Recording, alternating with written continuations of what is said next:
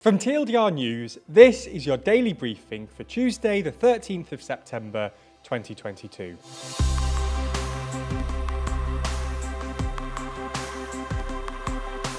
Good afternoon.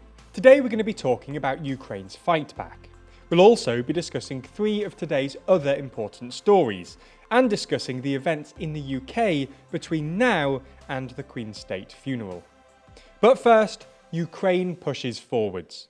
The war in Ukraine has been ongoing for over 200 days, and it's fair to say it isn't exactly going as Putin had hoped. Putin was hoping he'd crush Ukraine and capture Kiev within weeks. Right now, though, he's actually losing territory that he'd captured over the course of the war, with President Zelensky claiming that the Ukrainians have captured more than 6,000 square kilometres in the south and east since the start of September. As a result, the Russian military has been pulled out of the northeastern region of Ukraine. The Russians claim they've done this so that they can regroup and focus on the Luhansk and Donetsk regions. Right now, the Russians only control a small region in the east, having lost key cities in the Kharkiv region, most notably Izium. The Ukrainian forces have additionally gotten close to the southern Kherson region, which borders Crimea. This is significant because the Russians annexed it back in 2014 and is seen as the start of the wider Russian-Ukraine conflict. This news of a worsening situation is only compounded by the news from the UK's Ministry of Defence, which has said that the 1st Guards Tank Army, the bit of Russia's armed forces designed to defend Moscow, have suffered heavy casualties and have been severely degraded. While this is all, by and large, good news, there is some bad news too. As the Russians have been retreating, they have been destroying vital infrastructure. As such, the reconstruction bill gets larger day by day as the war continues. In response to this, President Zelensky directly addressed the Russians over the weekend. Read my lips, without gas or without you, without you. Without light or without you, without you. Without water or without you, without you. Without food or without you, without you. With the number of deaths in the conflict rising each day and with so much critical infrastructure left in ruins, it's fair to say that we all wish this conflict will come to a swift resolution in the near future. Okay, so that's the biggest story of the day, but there's a lot more going on around the world. So here's a rundown of three other stories. Starting with Azerbaijan, where overnight deadly border clashes have erupted between the country and Armenia over a decades-old dispute surrounding the Nagorno-Karabakh region, an enclave within Azerbaijan populated by ethnic Armenians. Armenia said that a number of towns near the border with Azerbaijan had been shelled and that it was forced to respond to a, quote, large-scale provocation by Azerbaijan. Azerbaijan said, however, that it had been attacked by Armenia first.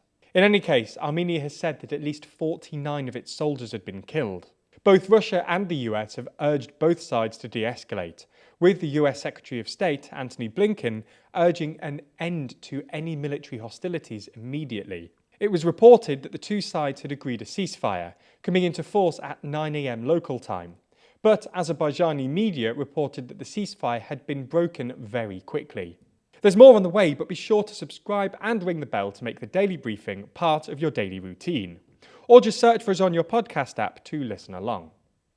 Moving to the UK, where a firearms officer has been suspended by the Metropolitan Police Force after the fatal shooting of Chris Kaba.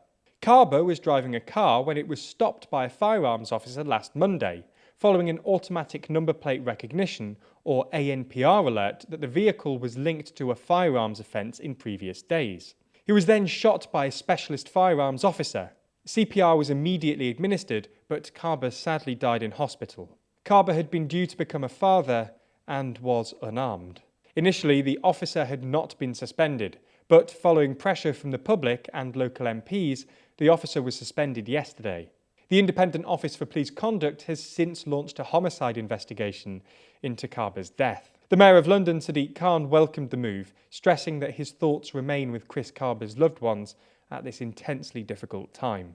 In the US, there's been a substantial escalation into the January the 6th inquiry, with the Justice Department reportedly seizing the phones of two top advisors to former President Donald Trump and issuing 40 subpoenas to aides.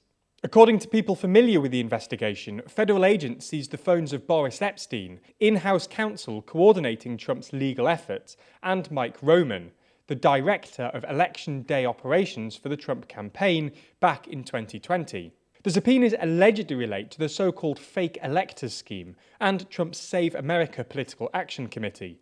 A subpoena obtained by the New York Times specifically requests information about any members of the executive and legislative branches who may have taken part in planning or executing Trump's rally at the Ellipse, which preceded the Capitol attack, or tried to obstruct, influence, impede, or delay the certification of the presidential election. That's all we have time for on YouTube today, but if you want to see our discussion of the UK's mourning period, then watch the extended ad-free edition of the Daily Briefing over on Nebula. Nebula subscribers not only get everything you've already watched ad-free, but also an extended edition of the show every single day, available to watch on Nebula or stream on your podcast app of choice.